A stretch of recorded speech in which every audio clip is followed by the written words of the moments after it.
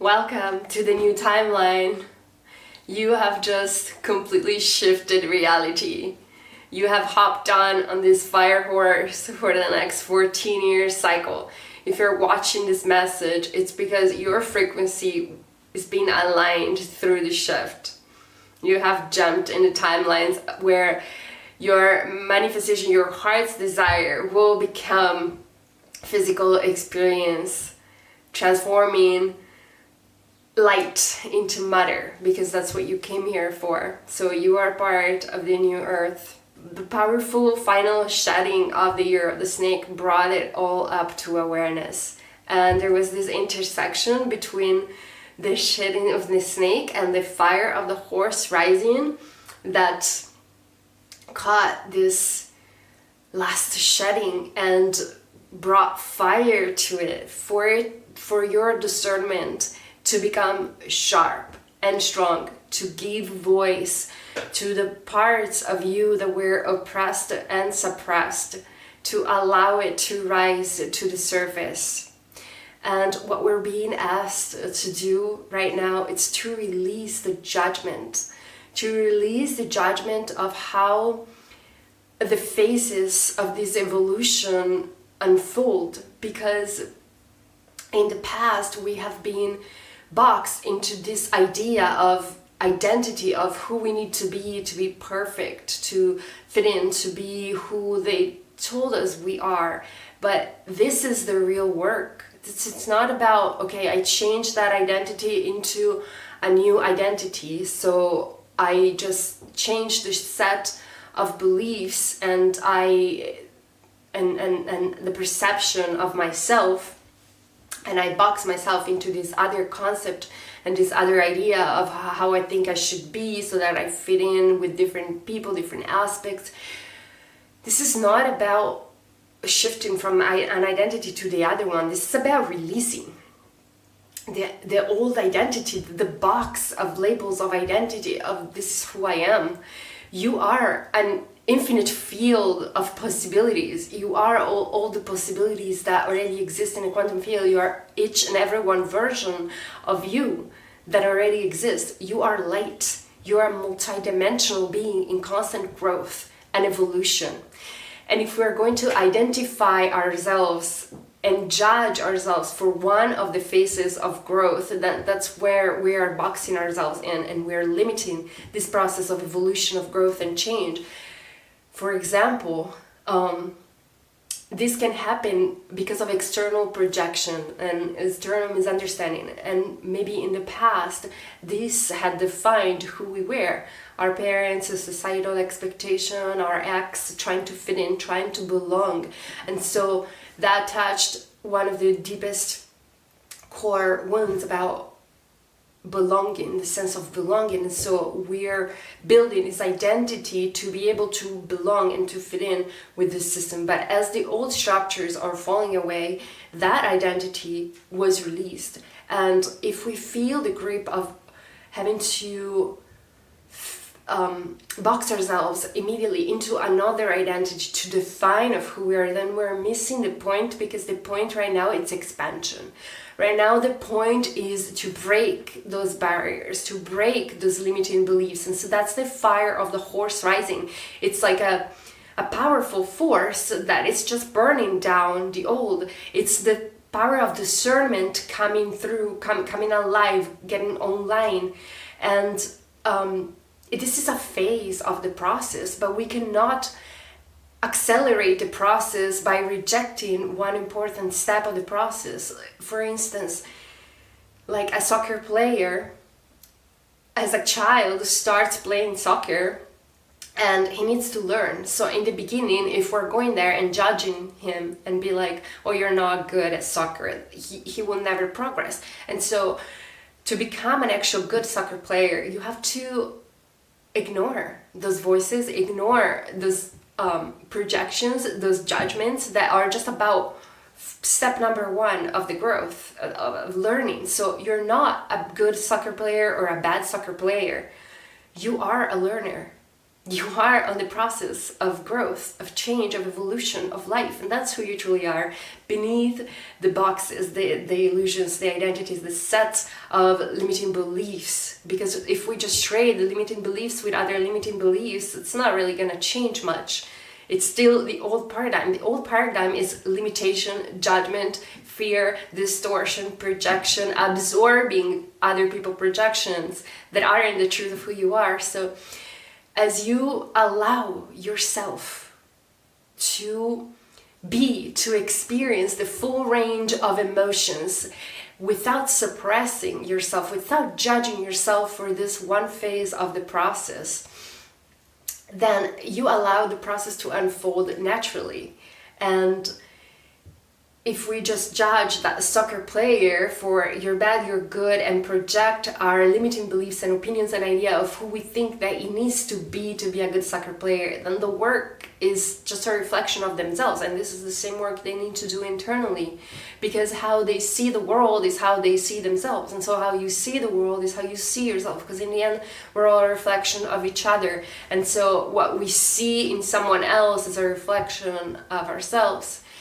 So if you are able to see life through all of its forms, through all of its beauty, through all of the constant change and growth and evolution, without boxing it in, without judging it, but simply allowing it to be, that's what you're going to do for yourself. And as you do for yourself, then that's what you perceive in your reality.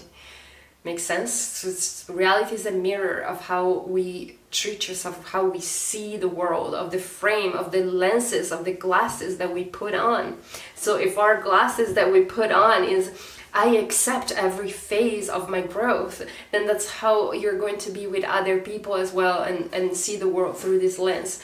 But if you are putting on glasses of, I think that perfection means this and this and that, then you're constantly going to judge yourself and internalize the belief that you are not perfect, or that you have to suppress yourself because you think that having certain emotions, certain reaction, having discernment is not being aligned with you're not here to be perfect all the time. Perfect doesn't exist. Perfect is all of the season. Look at the trees. Like now there are flowers blossoming on the almond trees here in Spain.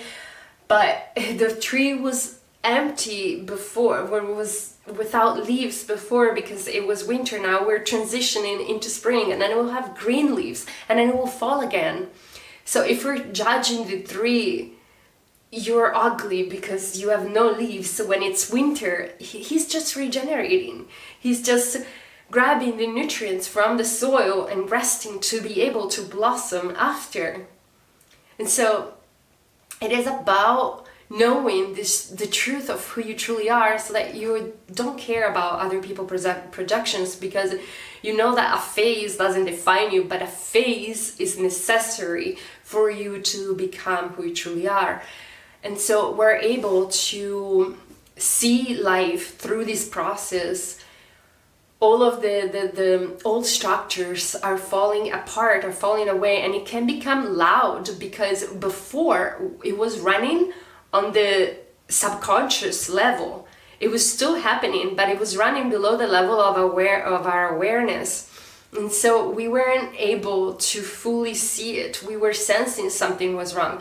We're not like at peace with what's going on, but we didn't know exactly how and why. We sensed something was wrong. But now it's becoming more and more evident of what it is that is not longer in congruence and fitting. And this happens as you reclaim your truth, your identity, because the discernment is coming up clear and strong and visible. And so the first fire burning of this horse, of this fire hearse, the first year of this cycle, it's about that. It's about discernment. It's about, do not judge yourself for this phase, for rejecting the old, because it's part of the process. It's part of the integration. And there is no such thing as perfect, arrived, aligned. It's not the goal. The goal is growth and change and evolution.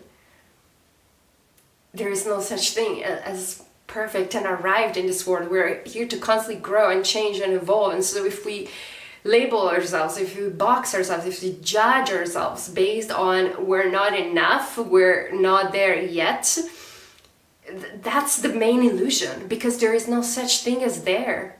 There is no such thing as arrived. There is no such thing as fully healed. There is no such thing. This is a constant growth and change and evolution. And that's why we came here on earth, to do that. And so as we, it's just about developing the awareness of seeing this through a higher perspective and seeing like, okay, the rejection is one of the parts. Now I allow this to happen, and it doesn't mean that it's that I'm being bad or not perfect. It means that I'm developing discernment, and the second phase of the discernment is I shifted to understanding that, okay, how has this served me? So instead of rejecting entirely, is okay, how this experience has determined my new level of awareness and perception. So it's about rewriting the story. So we can reject what no longer aligns within us from our identity. And then we can rewrite the story of it to incorporate it into what has this taught me? What has this shown me about myself? And so how can I use it for good? And so we are discerning and reintegrating, rewriting. So as like darkness and light we need to discern from darkness and light, the yin and the yang. Those are two separate energy, but that together form the whole. So we need to have discernment from dark and light, and then we can combine them into, okay, this is here, this is there, this is no longer me.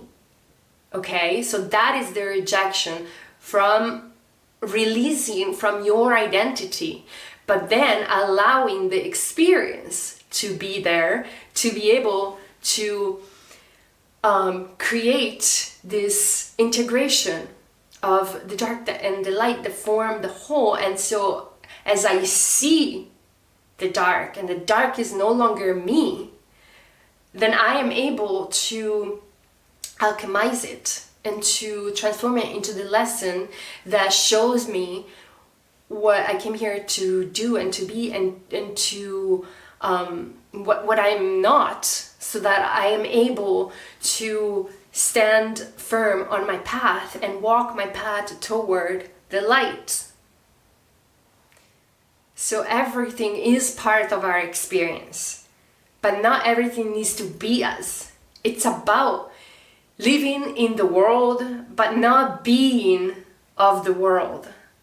It's about your own identity as truth, as not identifying with mind, not identifying with a singular phase of your journey or with a singular emotion, but it's about allowing the full range of emotions to exist, but do not define who you are. And then from there, you can keep walking a path toward integration, toward allowing everything in the fullness of what it is and who you are, but not identifying with it. It's not about choosing one thing, this is who I am, this is who I must be always. It's about allowing yourself to experience everything, but not identifying with anything. It's about staying clear. It's about allowing life to evolve and watch it and observe it and learn to discern, this is not me. This is not who I am. Because I know that I am infinite light, that I am awareness, that experiences life and that chooses to not assign it judgment, and that chooses the story and the perspective to watch it from. I hope this message finds you well today, and thank you for being here. I love you so much, and I'm very excited for you for this new 14-year cycle. I love you.